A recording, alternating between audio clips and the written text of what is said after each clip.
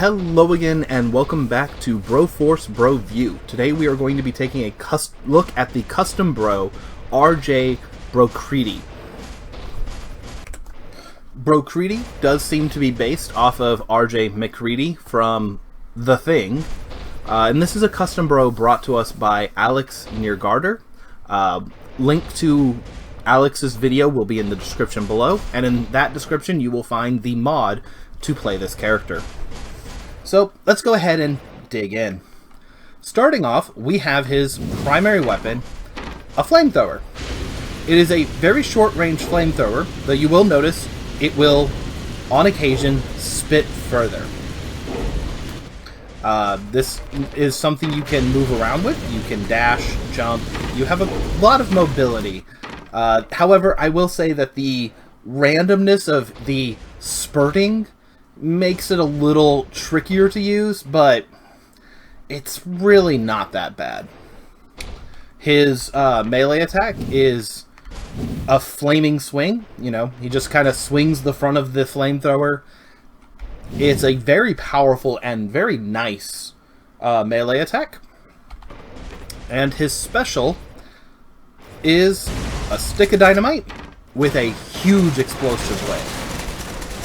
We can see here, will throw you up a nice little distance. Now, let's go ahead and dig in here.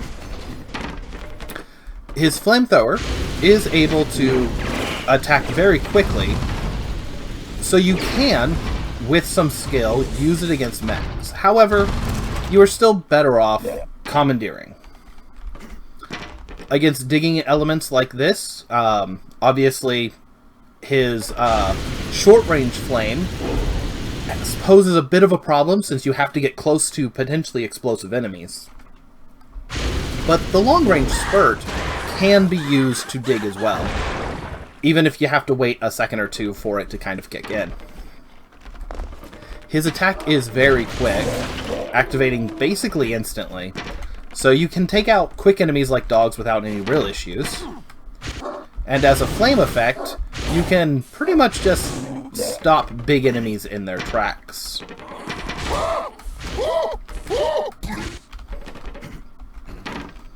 As we continue on, you'll notice that the flame is able to penetrate relatively well, taking out the... I don't even remember how many primevals are in here, but it's a ton, and it takes them out all very quickly. His special, gonna go ahead and kind of just drop it here, and you'll see it had a massive explosion, to the extent that it's actually kind of screwed up some of our plans for down here. So give me a moment while I reset the scene. Alright, now that we're back, so as I was saying, Brocready is able to attack very quickly, which means that you are able to move in before spotters can see you. Against shielded enemies, go ahead and kind of alert them to us. You'll notice that the flame doesn't really work that well, but as any primary attack, once it gets behind the shields, you're usually pretty good. Against groups of enemies like this, you can just kind of drop in there and set them all on fire. Just make sure you get them all. Burning enemies will run away, and especially if you have larger enemies, they can kind of hide and sometimes go unnoticed. His melee attack is a very nice baseball bat swing, and his throw is non-lethal. And, oh, whoops, I didn't actually forget to do anything. You see, another one of his special abilities is when he would die, he doesn't. As you finish with Brocready, you get to become Bro Thing. I don't think it's actually named, but you become the Thing. So, the Thing, move it up here so I can demonstrate a little bit better, has a kind of tongue-lashy, small area of effect basic attack, a bite for its melee attack, and a tongue lashing for its ult. So as we get in here with our special, you can see it doesn't take out mechs. However, let's see if I can get lucky enough to use this without needing to reset. You do become invulnerable for the duration. And apparently it does actually two-shot mechs. I hadn't actually noticed that before. When using this, you can actually dig relatively well with either your whip or your bite, though your bite is a much smaller range, obviously. Now, here's where we get into a little bit of weird wiggling. You see, Brocready is one of the fastest bros as it comes to trigger to fire time. However, he's really fast in the thing mode once your mouth is open. However, when he's in human form, you have to erupt before you can attack, kind of creating this awkward middle ground. It's a little hard to describe it, but it's a little bit like a wind-up. And while you're in big form, your attacks are very fast, but when you go back to small form, you have to wind back up, and that can be dangerous if you're not accounting for it. Against larger enemies, as you can see, his attack can cause juggling. However, as I was saying, it can do small juggling, but it doesn't juggle big mooks very well for some weird reason. That being said, with a little bit of wiggle room, you are much faster and more mobile than a large mook, so you are able to take them out without too much of an issue.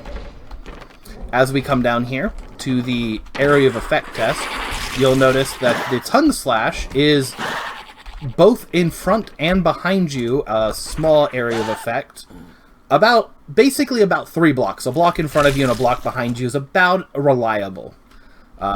His bite, on the other hand, I'll get to demonstrate here because it is part of his special, is just the block in front of you.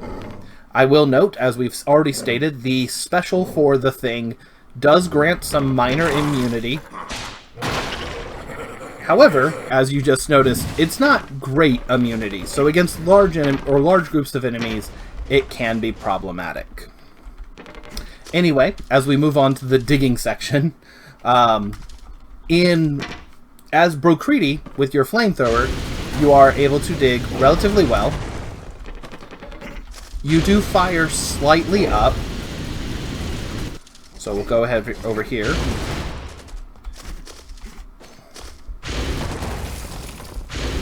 When standing, you will fire slightly above you. However, it doesn't really matter unless you're up on the block. So as you can see here, everything's good. But if I kind of move in a little bit closer, then we start being able to damage the block above us. That being said, when firing or crouching, your point of fire doesn't actually change at all. When jumping or anything like that, your attack is pretty standard, just a decent flamethrower.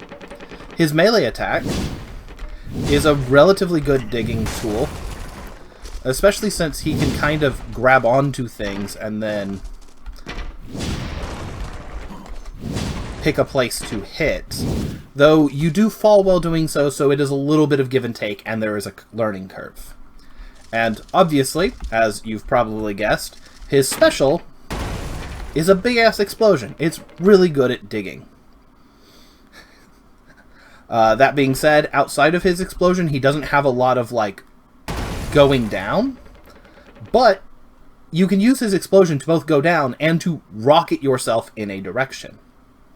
On the other hand, as the thing, your digging is very different. You no longer have your flamethrower, so as you're standing here, you get to attack the block in front of you, as well as the block slightly, well, in front of you, but above you as well. So you get to attack both blocks in front. With your bite, you also attack slightly above.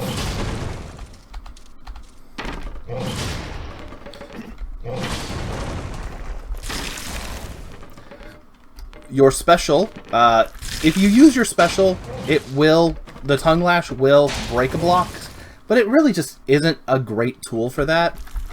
And in all honesty, I don't like the Thing for his ability to dig, because as you can see, in the Thing mode, you kind of have a bit of trouble doing basic bro moves, like climbing. So, just to demonstrate that a little better, in human form, no problem. Monster form, no climbing.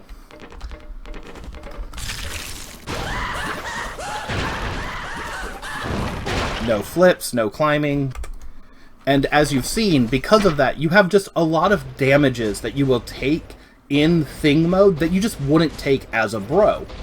Another issue I've noticed in testing with the Thing is, in the Thing form, let's say you're playing Iron Bro, if Brocready dies and you go to Iron, or you're in Iron Bro mode, if you complete the level as the Thing, you start the next level as the Thing Brocready. You don't start it as Flamethrower Brocready. So they effectively are two separate bros locked together, and there's no real way, at least as far as I've been able to see, for you to go from the Thing back to the human form, which sure makes sense on a single level, but as an entire campaign, that just becomes problematic.